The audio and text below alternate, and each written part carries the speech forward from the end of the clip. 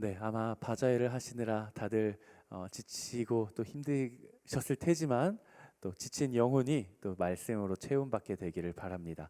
오늘도 지친 내 영혼을 향해 담대하게 선포하고 하나님의 말씀을 나누도록 하겠습니다. 이럴 때일수록 더 힘차게 선포해야 돼요. 아시겠죠? 우리 청년 CEO 훌륭합니다. 자, 선포하겠습니다. 지나간 시간은 결코 나를 붙잡을 수 없습니다. 나는 새로운 오늘을 살 것입니다. 아멘. 날마다 하나님 앞에서 정말 새롭게 된 인생이 되기를 주님의 이름으로 축복합니다. 여러분들 혹시 일상생활을 하다가 말실수한 경험이 있으신가요? 아마 한 번씩은 있으실 것 같아요. 뭐 예를 들어서 카페에 가서 너 뭐 마실 거야 하면 우리는 뭐라 그래요? 따뜻한 아이스 아메리카노 이렇게 이야기를 하기도 하죠. 저도 어제 말실수를 했어요. 우리 어제 음식을 준비하면서 권사님께서 이제 음료를 준비를 하시면서 목사님은 뜨거운 거 드실 거죠? 그러길래 제가 아니요, 따뜻한 거요. 이렇게 아이스를 달라고 해야 되는데 따뜻한 거요, 이렇게 말실수를 했던 경험이 있습니다. 가벼운 말실수이기는 하지만 하나님의 말씀을 준비하면서 이런 생각을 조금 해봤어요. 아마도 무의식적으로 우리가 두 개를 다 원하기 때문에 그런 말실수가 나온 건 아닐까. 내가 따뜻한 것도 좋아하고 차가운 것도 좋아하니까 무의식적으로 실수 이렇게 나오는 것 아닐까. 그래서 만약에 이 세상에 하나의 커피를 마셨는데 뜨거운 그 고소한 향과 시원함이 같이 동시에 느껴지는 커피가 있다고 한다면 아마 대박이 날 것 같아요. 혹시 아이디어가 있으신 분들은 창업을 하셔도 될 것 같습니다. 현실적으로 가능할까요? 불가능하겠죠. 어떻게 뜨거우면서 차가울 수가 있겠어요. 그렇다면 우리의 신앙이라고 하는 것은 어떨까요? 우리의 믿음이라고 하는 것, 소위 우리가 가지고 있는 신앙, 우리가 가지고 있는 믿음이라고 하는 것은 우리가 어떻게 좀 표현하고 생각할 수 있을까요? 오늘 말씀 제목을 좀 이렇게 지어봤습니다. 한번 같이 읽어볼까요? 시작. 기도는 당당하게, 인생은 겸손하게. 제가 항상 설교를 준비하고 나면은 제목을 마지막에 정하는데 설교 준비하는 시간만큼 제목에 대해서 고민을 해요.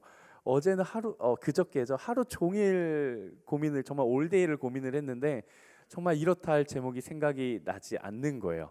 그래서 그냥 심플하게 이렇게 지어봤어요. 기도는 당당하게, 인생은 겸손하게.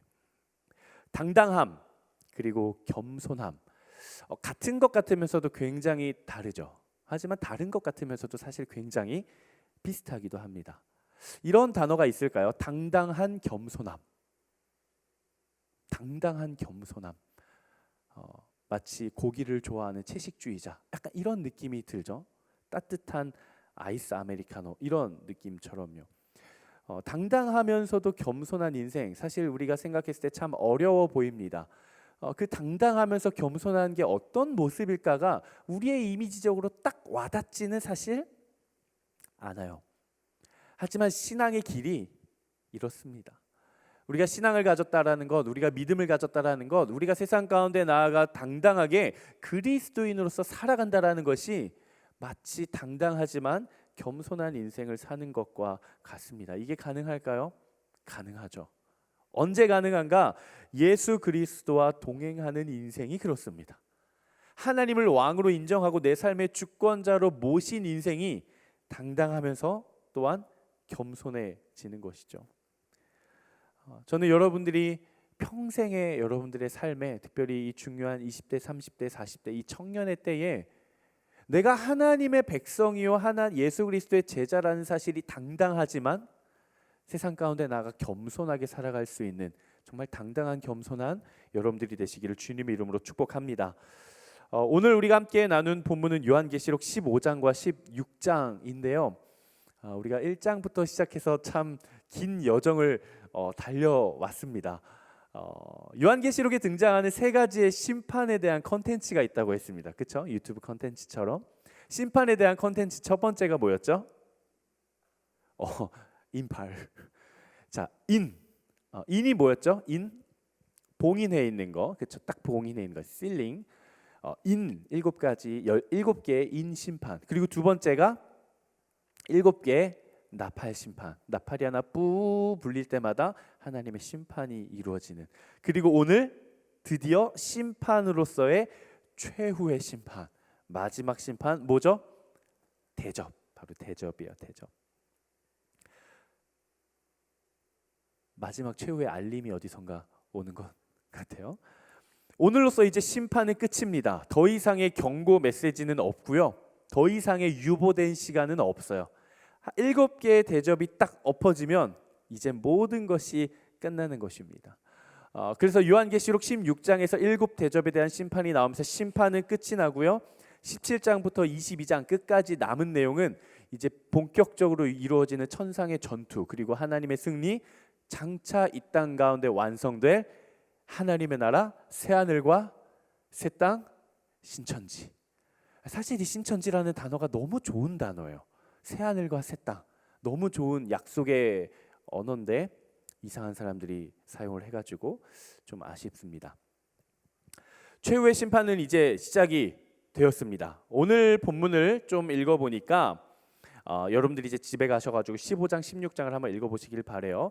7개의 대접 심판들이 하나씩 이제 나타나기 시작하는데, 첫 번째 대접을 쏟았더니 사람들 가운데 악한 아주 독한 종기가 생깁니다. 두 번째 대접을 쏟았더니 바닷물이 피가 되고요. 세 번째 대접을 쏟았더니 강하고 물의 근원이 또 피로 바뀝니다. 네 번째 대접을 쏟았더니 저 하늘에 있는 뜨거운 태양이 사람들을 불로 태우기 시작합니다. 다섯 번째 대접을 쏟았더니 우상이었던 짐승의 모든 왕좌들이 어둠으로 뒤덮이기 시작하고요. 여섯 번째 대접을 쏟으니까 유브라데 강이 마르기 시작하는 것이죠. 그리고 여섯 번째 대접에 좀 특이한 내용이 나오는데, 악한 영들이 세상의 모든 왕들을 어디론가 모이게 해요. 그 지역이 어디인가? 아마겟돈이라고 하는 지역이에요.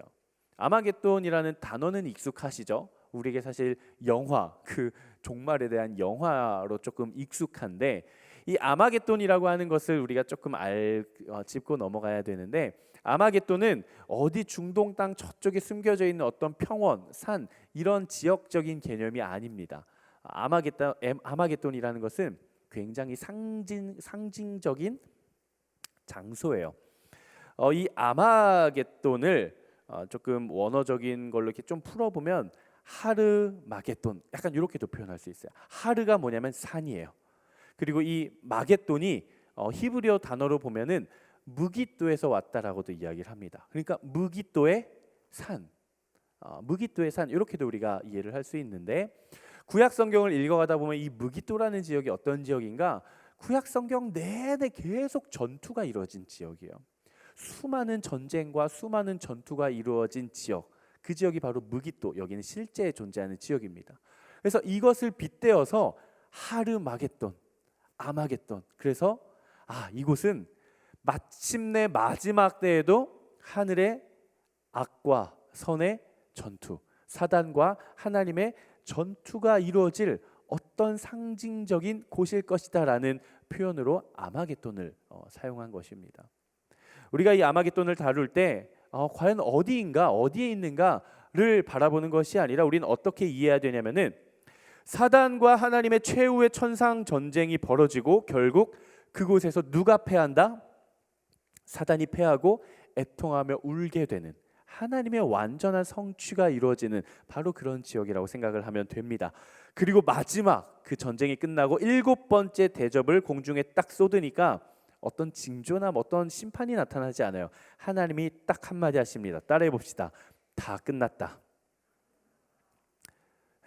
천상의 전투가 끝나고 나면 하나님이 7번째 대접을 딱 쏟으시면서 다 끝났다, 모든 것이 끝났다라고 이야기를 하는 것이죠.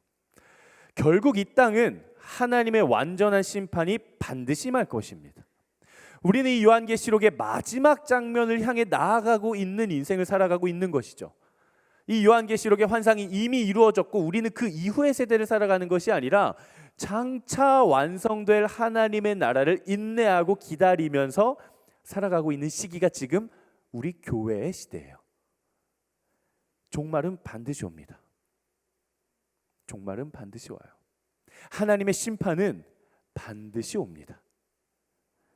하나님의 심판, 마지막 때 종말이라는 것이 의인에게는 생명과 구원의 날이요, 악인에게는 심판과 저주의 날인 것이죠.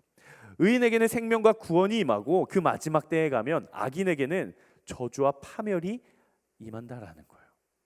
한번 그 하나님을 상상해 봅시다. 실제로 이제 장차 이루어질 그 마지막의 때에 하나님께서 의인은 건지시지만 모든 악인은 다 파멸로 심판하시는 그 심판이 현실적으로 다가온다고 했을 때 여러분들에게 느껴지는 하나님에 대한 이미지는 좀 어떤 이미지가 있으십니까? 우리 하나님 너무 인자하시다. 우리 하나님 악인을 저렇게 싹 쓰시다니 so sweet. 이런 분들은 없을 것 같아요. 좀 하나님 좀 무섭다. 그래도 한 사람이라도 더 건지시지 좀 너무하시지 않나? 조금 더 기다려 주시지. 조금 강하시다. 약간 이런 생각이 혹시 들지 않으신가요? 하지만 그렇지 않다라는 거예요. 하나님은 끝까지 기다리셨고 그들을 돌이키셨어요. 그러나 그들이 돌이키지 않고 회개하지 않고 하나님을 모독한 선택을 한 것이 바로 장차 심판당할 그들이라는 거예요. 우리는 오늘 이 본문을 보면서 무엇을 보길 원하는가 한번 따라해 볼까요? 정당성. 장차 완성된 그 끝날 마지막 심판이 임한 그때에 하나님께서 이 땅 가운데 이루실 심판에 하나님이 가지고 계신 이 정당성이에요. 이걸 오늘 함께 좀 나누길 원합니다. 요한계시록 15장 3절 한번 같이 읽어보도록 하겠습니다. 마지막 심판을 임박한 바로 그 순간에 무엇이라고 고백을 하는가 한번 같이 읽어보겠습니다. 시작.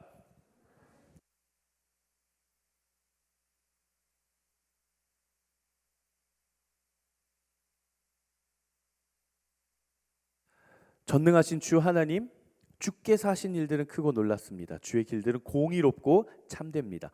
요한계시록 16장 7절 말씀 한번 같이 읽어보겠습니다. 7절 말씀 시작. 이때 나는 제단에서 나는 소리를 들었습니다. 그렇습니다. 전능하신 주 하나님, 주의 심판은 참되고 의롭습니다. 마지막 심판을 목전에 앞둔 바로 그 상황에 온 열방이 선포하는 거예요. 그렇습니다. 전능하신 주 하나님, 당신의 심판은 참되고 의롭습니다. 시편 기자는 이렇게 고백을 합니다. 여호와의 말씀은 정직하며 그가 행하시는 일은 다 진실하시도다. 그는 공의와 정의를 사랑하시며 세상에는 여호와의 인자하심이 충만하도다. 하나님께서 인생의 그 마지막 때에 결국 의인과 악인을 가르실 것입니다. 알곡과 가라지를 가르실 것입니다. 양과 염소를 분리하실 것이고요, 좌편과 우편으로 나누실 거예요.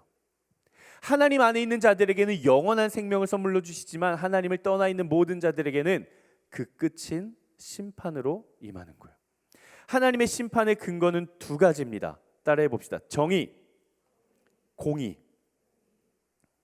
하나님의 심판은 정의와 공의의 근거에서 이루어지는 정당성 있는 심판이라는 거예요.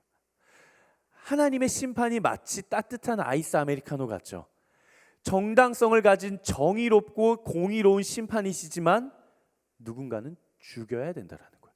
누군가는 멸해야 된다라는 거예요. 이걸 바꿔 말하자면 누군가는 심판당하고 누군가는 저주당하고 누군가는 파멸을 당하고 누군가는 끝을 죽음으로, 영원한 죽음으로 매짐을 당하지만 그것이 정의라는 거예요.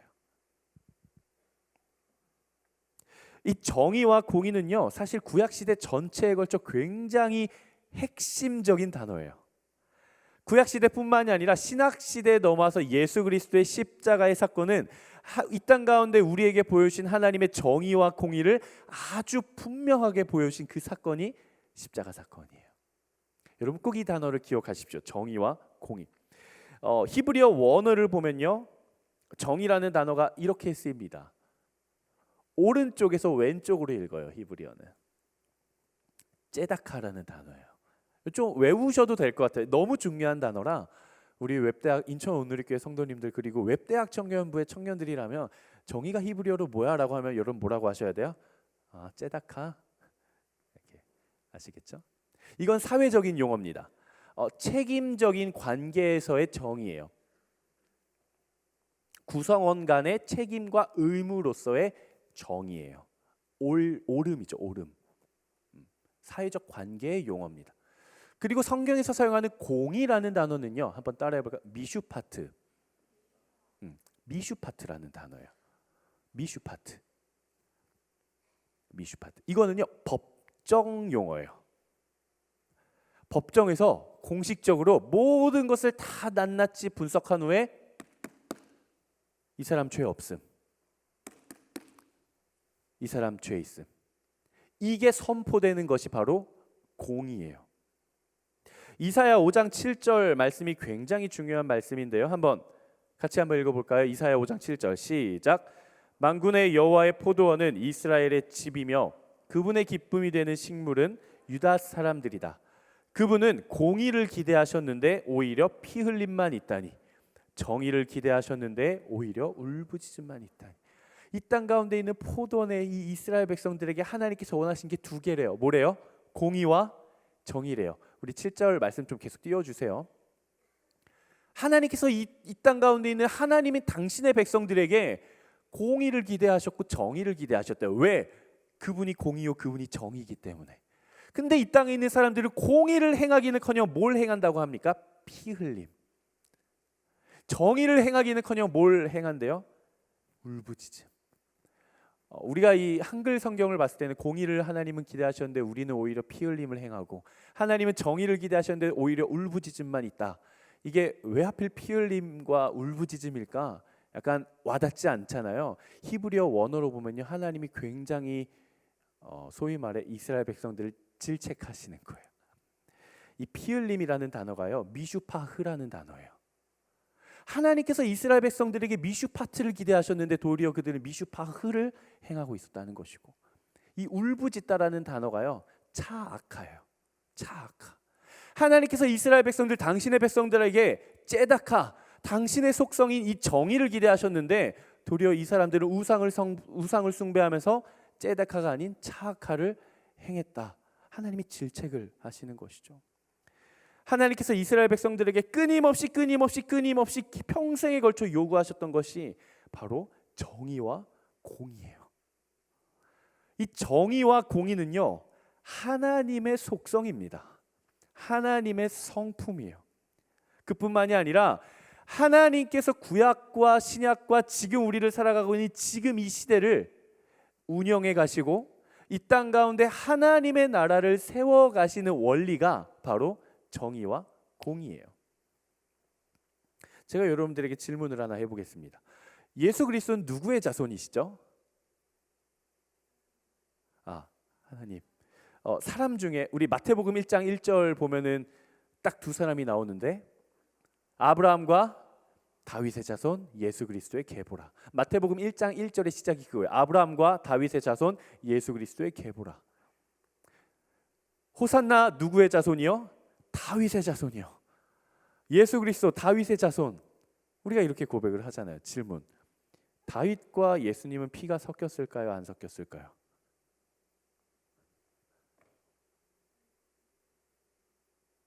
다윗과 예수님은 피가 섞였을까요? 안 섞였을까요? 피가 섞이지 않았죠. 단 한 방울도 섞이지 않았어요. 왜? 예수님은 마리아에게 성령으로 잉태가 되셨기 때문에 피가 섞이지 않았어요. 근데 왜 다윗의 자손이라고 할까? 주성아, 신기하지?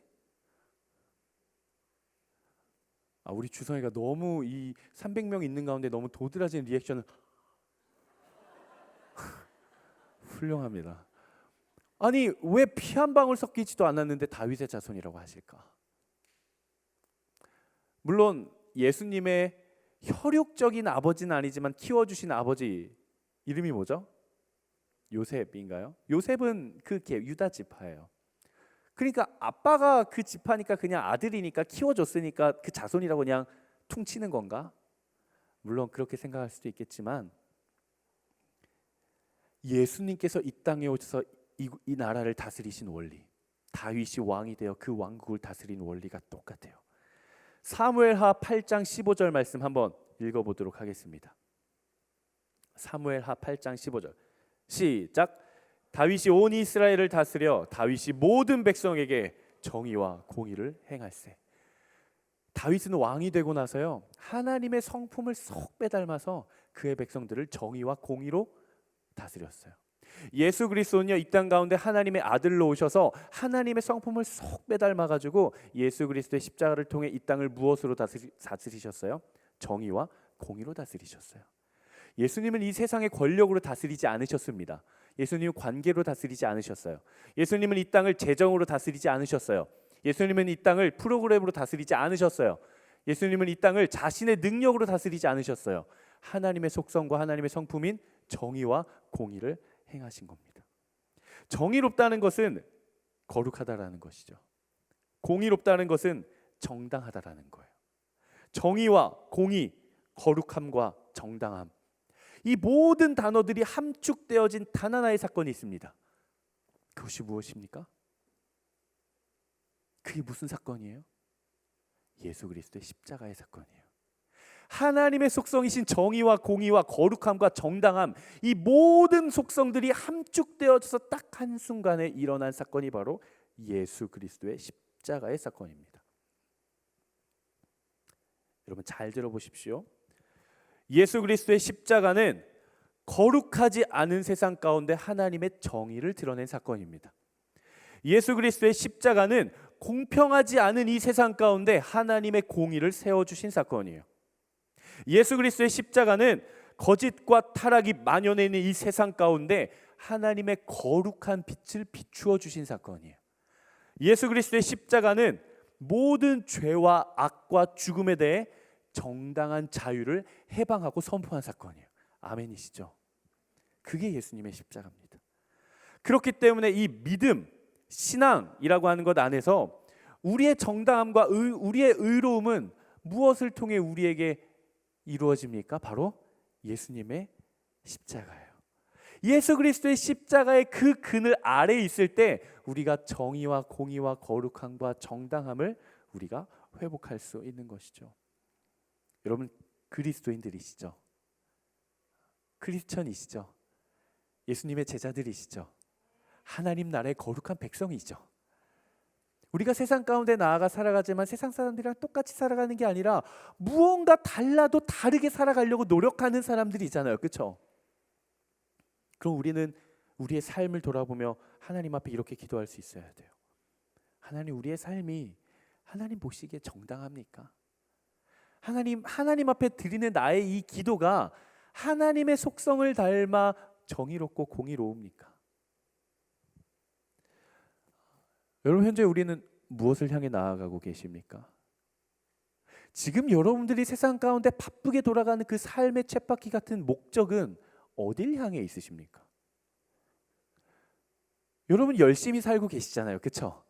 제가 우리 청년들 보면요 진짜 열심히 살아요. 정말 열심히 살아요. 열심히 무엇인가를 막 이루기 위해 살아요. 성취하기 위해 살아요. 그럼 우리의 그 이룸과 성취는 무엇을 이루어가기 위한 것입니까? 여러분들의 그 노력과 그 애씀의 끝에는 무엇이 기다리고 있는 것입니까? 그리고 그것들을 이루어가기 위한 나의 그 간절한 기도 제목들은, 그 내용은 무엇을 이루기 위한 것입니까? 여러분 우리의 삶의 모양도 다르고 삶의 상황도 다르고 삶을 살아가는 목적도 다르고 삶의 방향도 다 다릅니다. 삶의 스타일도 달라요. 직업도 달라요. 전공도 달라요. 성향도 달라요. 처한 상황도 달라요. 한 사람도 똑같은 상황 가운데 있는 사람들이 아무도 없어요. 그럼에도 불구하고 이 자리에 있는 모든 사람들, 저를 포함하여 모든 사람들의 삶의 목적의 방향은 딱 한 가지로 귀결이 돼야 됩니다. 따라해 봅시다. 하나님의 나라. 우리는 이 땅 가운데 하나님의 나라를 선포하고 세우기 위해 살아가는 것입니다. 우리가 이루어갈 하나님의 나라야말로 우리의 삶과 기도가 뜻을 이루고 정당성을 확보하는 목적이 됩니다. 우리 예수님께서 제자들에게 말씀하시죠. 그런즉 너희는 먼저 그의 나라와 그의 의를 구하라. 하나님의 나라와 하나님의 정의와 하나님의 공의를 구하라. 그리하면 이 모든 것을 너희에게 더하시리라. 여러분 가운데 선포된 이 말씀에 여러분들의 시선이 머무는 곳은 어디입니까? 혹은 여러분들의 일상의 삶의 자리에서 이 말씀을 묵상할 때, 내가 하나님 앞에 기도할 때, 그런즉 너희는 먼저 그의 나라와 그의 일을 구하라, 그리하면 이 모든 것을 너희에게 더하시리라. 이 말씀을 적용하고 묵상할 때 우리의 시선이 머무는 그 지점이 어디예요? 하나님의 나라와 하나님의 정의와 하나님의 공의에 머뭅니까? 아니면 내가 이걸 구하기만 하면 지금까지 내가 구했던 이 모든 것을 우리에게 더해 주시리라. 마치 이것과 똑같죠. 금도끼, 은도끼, 쇠도끼 던져놓고 쇠도끼만 구하면 금도끼와 은도끼도 준다고? 오케이, 쇠도끼 주십시오. 이러고 있지는 않냐라는 것이죠.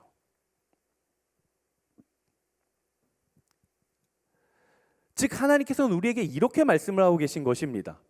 우리의 모든 삶의 자리에서 하나님의 나라와 하나님의 정의와 하나님의 공의와 그의 의를 구한다면, 바꾸어 말하자면 우리가 지금까지 구했던 모든 것, 나의 필요, 재정, 건강, 관계 회복, 비전 등등, 지금까지 내가 하나님 앞에 기도하며 구했던 이 모든 것들은 따라온다라는 거예요. 자연스럽게 따라온다라는 거예요. 저는 여러분들이 성숙한 신앙을 가지고 수단과 목적을 구분할 수 있는 신앙인이 되기를 축복합니다. 목적과 수단은요, 구분되어져야 돼요.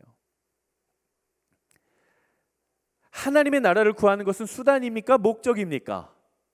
우리의 삶의 목적이죠. 하나님, 제가 어떤 직업을 구할까요? 그 직업은 수단입니까? 목적입니까? 수단이죠. 하나님, 저는 이러한 재정이 필요합니다. 재정적인 축복은 수단입니까? 목적입니까? 수단이죠. 하나님, 저는 이 관계가 회복되었으면 좋겠습니다. 수단입니까? 목적입니까? 수단이죠. 하나님, 제가 이 학교에 이 회사 들어가고 싶습니다. 수단입니까? 목적입니까? 수단이에요. 우리의 인생이 왜 힘듭니까? 우리의 인생이 왜 곤비합니까? 우리의 인생이 왜 그렇게 쉽지 않습니까? 혹 우리가 수단으로 삼아야 되는 그것들이 우리의 인생의 목적으로 뒤바뀌어 버렸기 때문은 아닙니까? 그러니까 나의 인생의 목적이 이루어지지 않으니까 인생의 방향을 잃고 인생의 삶의 의미를 찾아가지 못하고 있는 것은 아닙니까? 저는 우리가 구했던 모든 이런 류의 것들이 수단으로 남기를 바랍니다. 그리고 그 수단의 끝에 우리의 인생의 진정한 목적이 되는 하나님의 나라가 있게 되기를 바랍니다.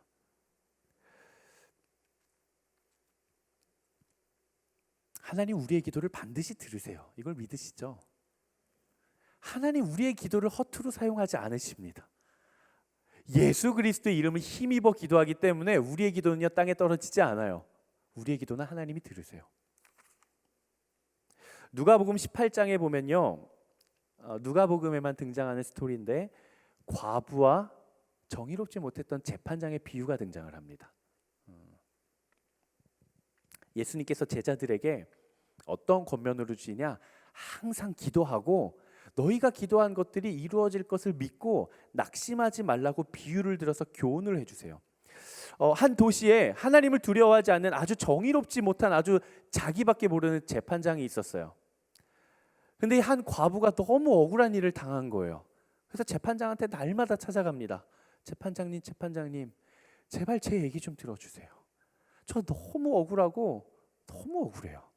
제발 좀 제 얘기 좀 들어주시고 제 원한 좀 풀어주세요. 맨날 찾아가는 거예요. 이 재판장이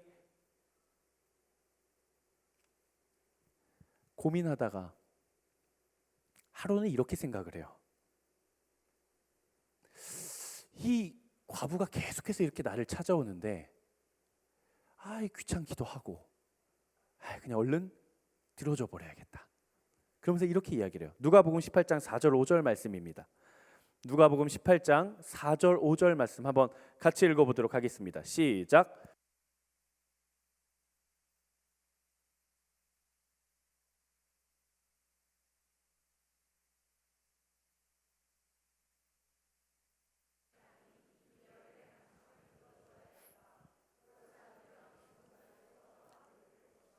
이 재판장이 생각을 하는 거예요. 내가 비록 하나님을 경외하지도 않고 하나님을 무시하는 내가 그런 재판장이지만, 내가 하나님을 두려워하지는 않지만 이 과부가 맨날 와가지고 귀찮게 하니까 내가 빨리 들어줘야겠다, 이렇게 생각을 해요. 근데 한국말로 하면은 귀찮게 하다, 번거롭게 하다라고 번역된 이 단어가요, 또 어떤 뜻을 지니고 있냐면요, 양심의 찔림이 되었다라는 단어가 있어요. 양심의 찔림이 되었다. 그러니까 비록 하나님을 경외하지도 않고 하나님을 두려워하지도 않는 재판장, 이 정의롭지 못한 재판장일지라도 그 과부의 정당한 요구와 정당한 요청에 양심의 거리낌이 되었다라는 거예요. 생각해봐요. 이 재판장은요, 정의롭지 못해요. 자기한테 이득이 되지 않으면 재판도 하지 않아요. 근데 한낱 과부가 자꾸 나한테 거짓말을 해요. 자기 욕심만 채우려고 나한테 이간질을 해요. 사람이 선해도 그 얘기를 들어줄까 말까인데 이 악한 재판장이 그 얘기를 들어주겠습니까? 절대 들어주지 않죠.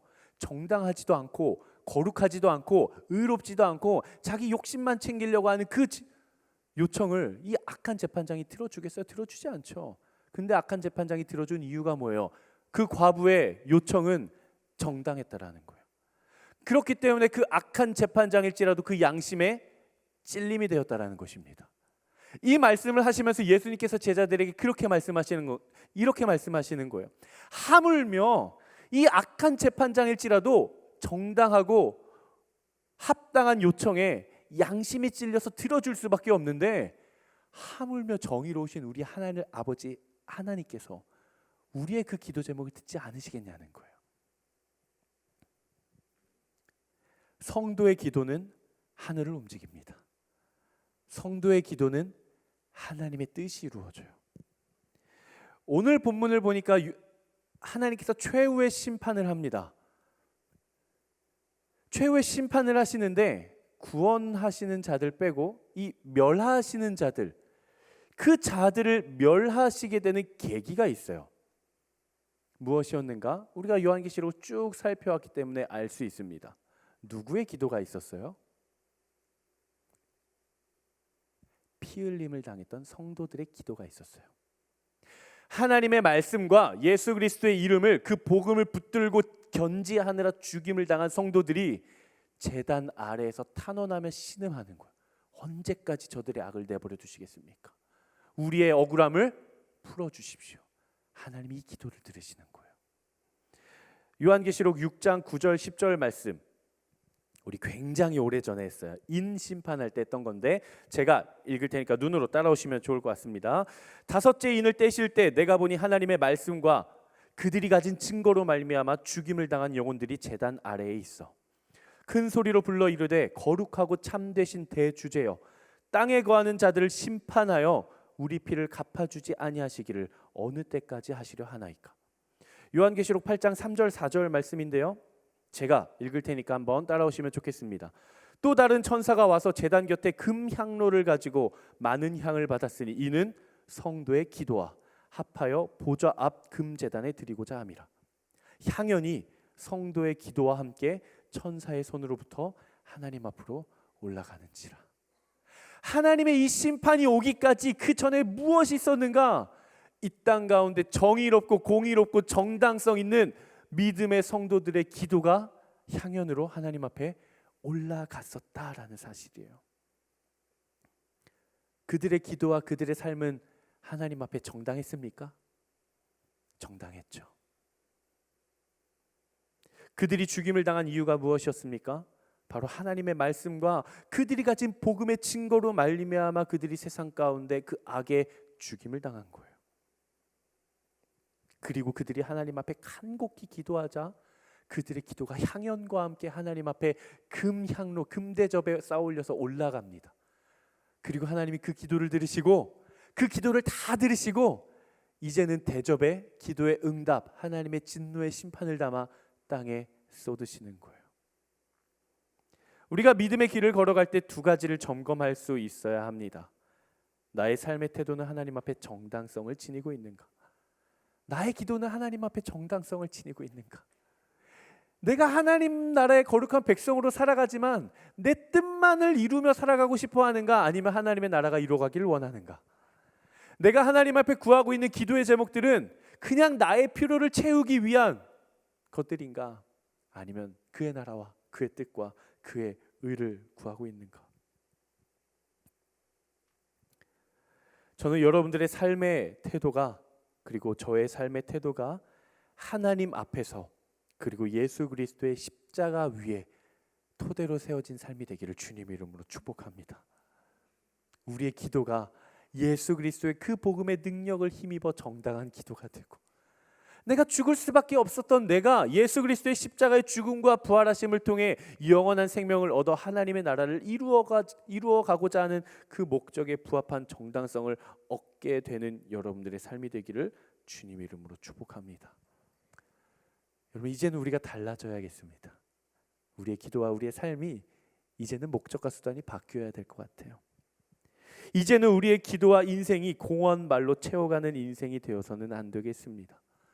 세상 가운데 나아가 실제적이고 실천적인 말과 행동으로 하나씩 쌓아가야 됩니다.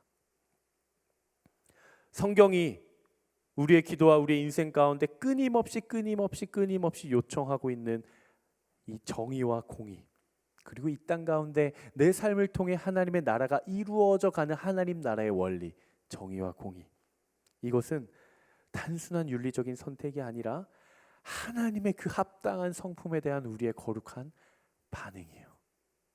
여러분, 이것을 꼭 기억하십시오. 내가 이 땅 가운데 하나님 예수 그리스도의 십자가를 붙들고 정의롭고 공의롭게 살아가는 그 인생이 그저 도덕적으로 윤리적으로 합당하게 살아가기 위한 선택이 아니라 홀로 완전하시고 홀로 거룩하시고 홀로 정의롭고 홀로 공의로우신 그 하나님의 성품에 대한 우리의 거룩한 반응이라는 거예요. 사랑하는 우리 웹대학 청년부의 모든 우리 지체 가족 여러분, 하나님의 성품을 닮아가는 인생이 되시기를 주님의 이름으로 축복합니다. 당장 내 앞에 열매가 없더라도 포기하지 마십시오. 우리가 하나님 앞에 하나님의 뜻을 이루기 위해 기도했던 기도의 제목들이 여러분들을 위한, 가정을 위한, 비전을 위한, 미래를 위한 그 기도의 제목들이 당장에 응답받지 못한다고 해서 실망하지 마십시오. 하나님께서 여러분들의 그 기도를 다 들으십니다. 향기로운 제물로 들으십니다. 하나님 앞에 기도하고 하나님 앞에 내어드림으로 반드시 응답받고 하나님의 역사가 나타나는 그러한 인생 되시기를 주님의 이름으로 축복합니다. 말씀을 좀 마무리하려고 합니다. 우리는 하나님께서 우리를 이 땅으로 부르시고 또 인생으로, 삶으로 부르신 이유를 우리는 잘 헤아려야 됩니다. 그 우리의 인생의 목적의 본질을 찾아야 돼요. 예레미야 9장 24절 말씀 한번 같이 읽어보도록 하겠습니다. 예레미야 9장 24절 말씀 시작. 자랑하는 자는 이것으로 자랑할지니 곧 명철하여 나를 아는 것과 나 여호와는 사랑과 정의와 공의를 땅에 행하는 자인 줄 깨닫는 것이라. 나는 이 일을 기뻐하노라. 여호와의 말씀이니라. 하나님이 우리의 삶을 통해 기뻐하시는 것이 무엇이라고 하십니까? 나 여호와는 사랑과 정의와 공의를 땅에 행하는 자인 줄을 너희가 나를 알고 깨닫고 나와 함께하는 것, 난 이것을 기뻐하노라. 여러분, 우리가 돈 잘 번다고 하나님 기뻐하지 않으세요? 우리가 좋은 직장 갔다고 하나님 기뻐하지 않으세요? 그렇다고 우리가 원하는 직장 못 갔다고 하나님 슬퍼하지도 않으세요? 우리가 연애 성공했다고 하나님 기뻐하지 않으시고요, 우리가 결혼했다고 하나님 기뻐하시는 것도 아니고요, 우리가 결혼 못했다고 하나님 슬퍼하고 우리가 연애 못한다고 하나님 슬퍼하는 것도 아니세요. 우리가 건강하다고 하나님 기뻐하시는 것도 아니고 우리가 아프다고 하나님 슬퍼하는 것도 아니세요. 우리가 건강해도요 하나님이 슬퍼하실 수가 있어요. 우리가 아파도요 하나님 기뻐하실 수가 있어요. 우리의 인생이 잘 펼쳐져도요 하나님은 슬퍼하실 수가 있어요. 근데 우리의 인생이 우리의 눈으로 봤을 때 잘 해결되어지지 않고 잘 세워져 가지 않아도요 하나님 기뻐하실 수 있어요. 중요한 것은 무엇입니까? 하나님이 무엇을 행하시는 분이신지, 하나님께서 원하시는 것은 무엇인지, 하나님께서 내가 뭘 하기를 원하시는지를 깨달아 알기를 원하시는 거예요. 하나님 그걸 기뻐하신다고 하십니다. 저는 여러분들이 정말 하나님께서 기뻐하시는 인생 되었으면 좋겠어요. 세상이 부러워하는 인생, 내가 누군가한테 떳떳하게 비교하면서 내가 자랑할 수 있는 그런 인생 말고요. 여러분, 이 땅에 심판이 임하면 뭐 들고 가시겠어요? 우리가 뭐 들고 갈까요? 그 마지막 때 하나님이 기뻐하시는 여러분들의 인생 되기를 주님의 이름으로 축복합니다. 시간 같이 함께 찬양하고 기도했으면 좋겠는데요. 하나님, 정말 내 삶에 하나님의 통치가 임하길 원합니다. 하나님, 진짜 내 삶이 지금껏 살아온 인생이 아니라 진짜 본질적인 목적이 세워지는 하나님이 기뻐하시는 그런 인생 되기를 원합니다라고 고백하시는 분들 한번 자리에서 일어나 보시겠습니다.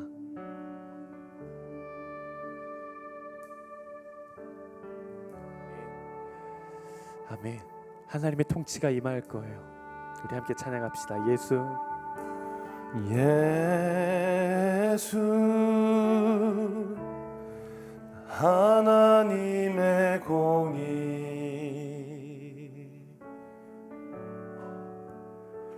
주독생자 그의 나라 임하시네.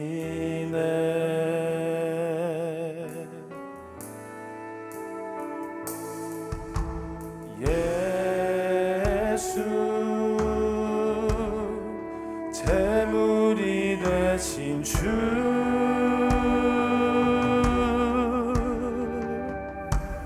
영광 중에 그의 나라 임하시네. 우리 함께 그 영원한 나라를 찬양하며 나아갑니다. 주의 나라 영원하며, 주의 나라 영원하며, 그의 영광 무궁하리. 왕의 위엄과 능력이 이제 임하였으니, 주의 주권과 주의 주권과 주의 통치와 주의 나라 힘과 권세 임하네. 예수, 하나님의 공의. 우리 다시 한 번 더 우리의 삶에 하나님의 나라가 이루어질 것을 신뢰하며 그의 공의를 선포하며 나아갑시다. 예수, 하나님의 공의. 예수, 하나님의 공의,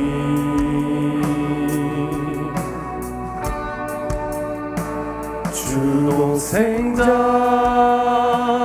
그의 나라 임하시네.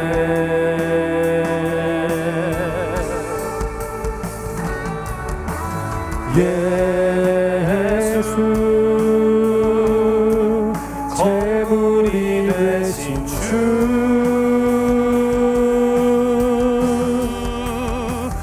영광 중에 그의 나라 임하시네. 주의 나라 영원하며, 주의 나라 영원하며, 그의 영광 무궁하리.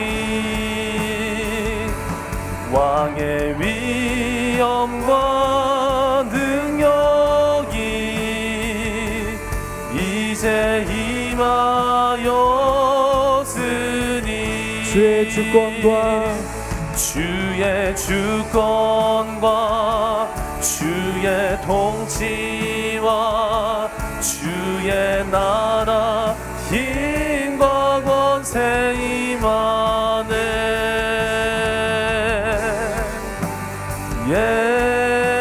예수, 우리 내 삶에 이루어질 하나님의 통치를 기대하며 고백합시다.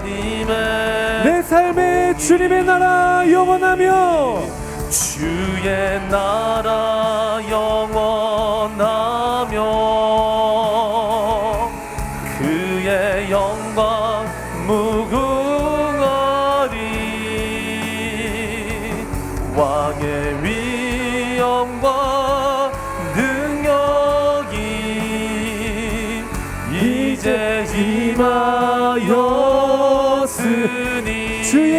주권과 주의 주권과 주의 통치와 주의 나라 힘과 권세 임하네. 예수 하나님 우리 시간 함께 기도하며 나아가겠습니다. 하나님, 우리의 삶에 하나님의 통치가 임하게 하여 주시옵소서.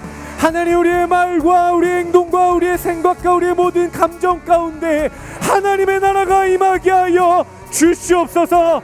예수 그리스도의 십자가가 세워지게 하여 주시옵소서. 이 시간 우리의 모든 마음과 삶을 주 앞에 올려드리며 이 시간 주여 세 번 외치며 기도합니다. 주여, 주여, 주여. 통치와 하나님, 이 시간 우리가 기도하며 나아갑니다. 주여 임하여 주시옵소서. 왕이신 나의 하나님, 내가 주를 높이고 주 이름을 영원히 송축하나이다. 아멘.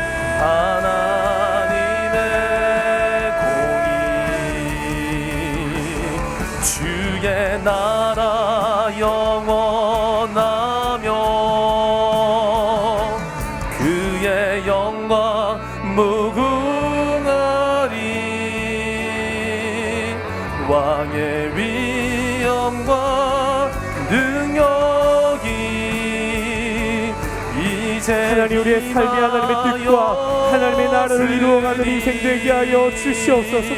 하나님, 그 하나님의 나라라는 하나님 우리의 인생의 분명한 목적을 깨달아 알게 하여 주시옵소서. 하나님, 지금껏 내가 목적으로 삼아왔던 모든 수단들, 하나님 재정과 관계와 비전과 하나님 건강과 학교와 비전과 하나님 회사와 아버지 모든 인생의 수단적 가치들이 목적이 되지 않게 하여 주시옵소서. 하나님, 내가 무엇을 하며 하나님 무엇을 이루는가 보다 하나님의 뜻이 어디 있는지를 하나님 우리가 깨달으며 하나님 그것을 구하며 나아가는 하나님의 사람들이 되게 하여 주시옵소서.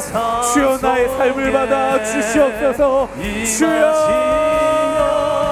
주님 알기를 주만 보기를 소망해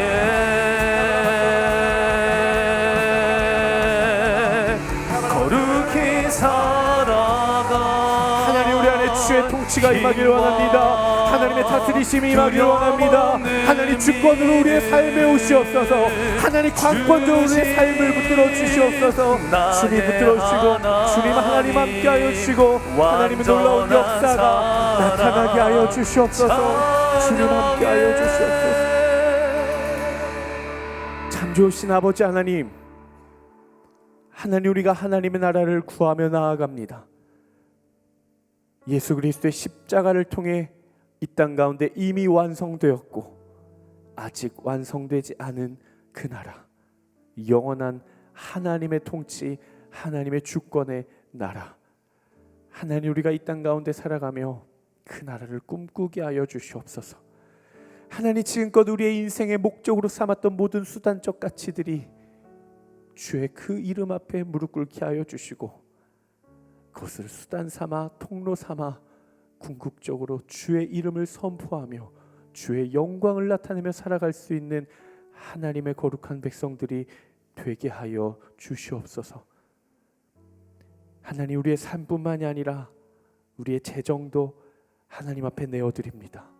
아버지, 이 재정도 수단적 가치로 삼아 주셔서 이 재정이 사용되어지는 모든 처소마다 하나님의 나라가 임하게 하여 주시옵소서. 우리의 삶과 우리의 가정도 주 앞에 올려드리오니 주의 통치가 임하게 하여 주시옵소서.